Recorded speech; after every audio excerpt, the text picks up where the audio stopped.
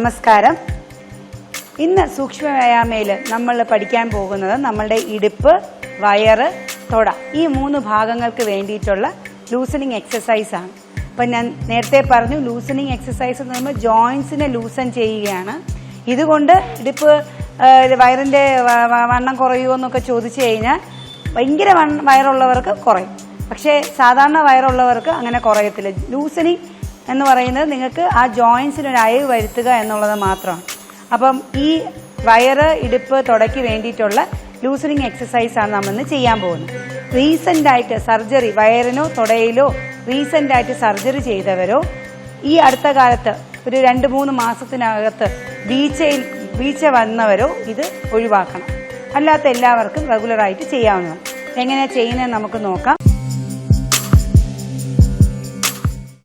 ആദ്യത്തേത് spinal twist ആണ്. നിങ്ങൾക്ക് കാണിക്കാൻ വേണ്ടിയിട്ട്, അല്ലെങ്കിൽ നിങ്ങൾക്ക് വ്യക്തമായിട്ട് മനസ്സിലാക്കാൻ വേണ്ടിയിട്ട് ഞാൻ ഒരു വശത്തേക്ക് ചരിഞ്ഞ് നിൽക്കുകയാണ്. നിൽക്കുമ്പോൾ തന്നെ കാല് രണ്ടും ജസ്റ്റ് ഒന്ന് അകലം വെച്ച് നിൽക്കുക. സ്പൈനിന്റെ ട്വിസ്റ്റ് ആണ്. അപ്പോൾ അതായത് ഇടുപ്പ് മാത്രമേ ട്വിസ്റ്റ് ചെയ്യാവൂ. നോർമലി എല്ലാവരും സ്പൈനൽ ട്വിസ്റ്റ് എന്ന് പറയുമ്പോൾ മൊത്തത്തിൽ ട്വിസ്റ്റ് ചെയ്യും, കാലും കൂടെ ട്വിസ്റ്റ് ചെയ്യും. അത് ചെയ്യരുത്. നേരെ നിവർന്ന് നിൽക്കുക, ഇടുപ്പ് ഭാഗത്ത് കൈ വെക്കുക തുടക്കക്കാര്, എന്നിട്ട് പതുക്കെ പുറകിലോട്ട് തിരിയുക. ഈ ഒരു ട്വിസ്റ്റിംഗ് മാത്രമേ നിങ്ങൾക്ക് പാടുള്ളൂ. ഓക്കെ. ഇനി കുറെ നാൾ ചെയ്ത് കഴിയുമ്പോൾ ഇടുപ്പിൽ കൈ വെക്കേണ്ട ആവശ്യമില്ല. നേരെ നിൽക്കുക. 1 2 3 4 5 6. ഇപ്പം ഞാൻ 6 പ്രാവശ്യം ചെയ്തോളൂ. നിങ്ങൾക്കൊരു 10-20 പ്രാവശ്യം റെഗുലറായിട്ട് ചെയ്യാം. ശ്രദ്ധിക്കേണ്ട എത്ര മാത്രമേ ഉള്ളൂ, ഇടുപ്പിന്റെ മുകൾ ഭാഗമാണ് ട്വിസ്റ്റ് ചെയ്യേണ്ടത്. ഓക്കെ. അടുത്തത് നമ്മൾ ചെയ്യാൻ പോകുന്നത് നമ്മളുടെ ഹിപ്പ് റൊട്ടേഷനാണ്. അതിന് നമ്മൾ ഹൈറ്റിനനുസരിച്ച് 2 കാലും ഒന്ന് അകത്തി വെക്കുക. അപ്പം അകലം കറക്റ്റാണോ നമുക്ക് എങ്ങനെ മനസ്സിലാകും? 2 വശത്തൂടെ നോക്കുമ്പോൾ നിങ്ങളുടെ കാലിന്റെ 2 സൈഡ് നിങ്ങൾക്ക് കാണാൻ പറ്റണം. ജസ്റ്റ് ഒന്ന് ലൈന് പോലെ കാണാൻ പറ്റണം, അത്രയും മതി. വലിയ നീളത്തിൽ കാല് എക്സ്റ്റെൻഡ് ചെയ്ത് വെക്കേണ്ട ആവശ്യമില്ല. കൈ ഹിപ്പിൽ വെക്കുക. ഇവിടെ തൊടുമ്പോൾ എല്ല് തൊടാൻ പറ്റണം, അതാണ് ഹിപ്പ് ഭാഗം. എന്നിട്ട് വലിയൊരു 0 നമ്മൾ ഇടുപ്പ് കൊണ്ട് വരയ്ക്കണം. വലുതായിട്ടൊരു 0 വരയ്ക്കണം. അപ്പോൾ ഹിപ്പ് മാത്രമേ അനങ്ങാവൂ. ചിലവർ ചെയ്യുമ്പോൾ ഇങ്ങനെ കറങ്ങും. അങ്ങനെ ചെയ്യുന്നത് തെറ്റാണ്. ഹിപ്പ് കറങ്ങത്തില്ല, ശരീരവും കൂടെ കറങ്ങും. അതിപ്പോൾ എങ്ങനെ ഒഴിവാക്കാം? ഒരു പോയിന്റിൽ മാത്രം നോക്കുക. മുന്നിൽ കാണുന്ന ഒരു പോയിന്റിൽ മാത്രം നോക്കിക്കൊണ്ട് ഇടുപ്പിൽ ശ്രദ്ധിച്ചുകൊണ്ട് പതുക്കെ ഇടുപ്പ് കറക്കുക. അപ്പോൾ ഓട്ടോമാറ്റിക്കലി നിങ്ങൾ ഇടുപ്പ് കറങ്ങും.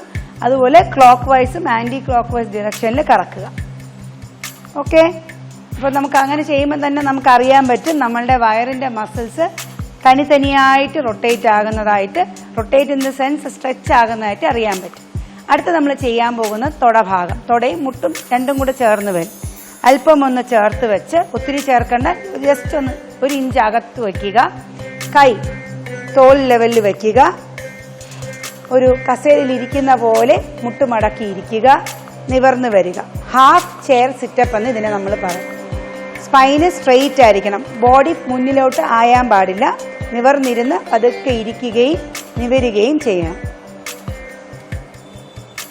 അപ്പോൾ സൈഡും കൂടെ ചെയ്ത് കാണിച്ചു തരാം. ബോഡി സ്പൈന് സ്ട്രെയിറ്റ് ആയിട്ട് നിവർന്നിരിക്കണം.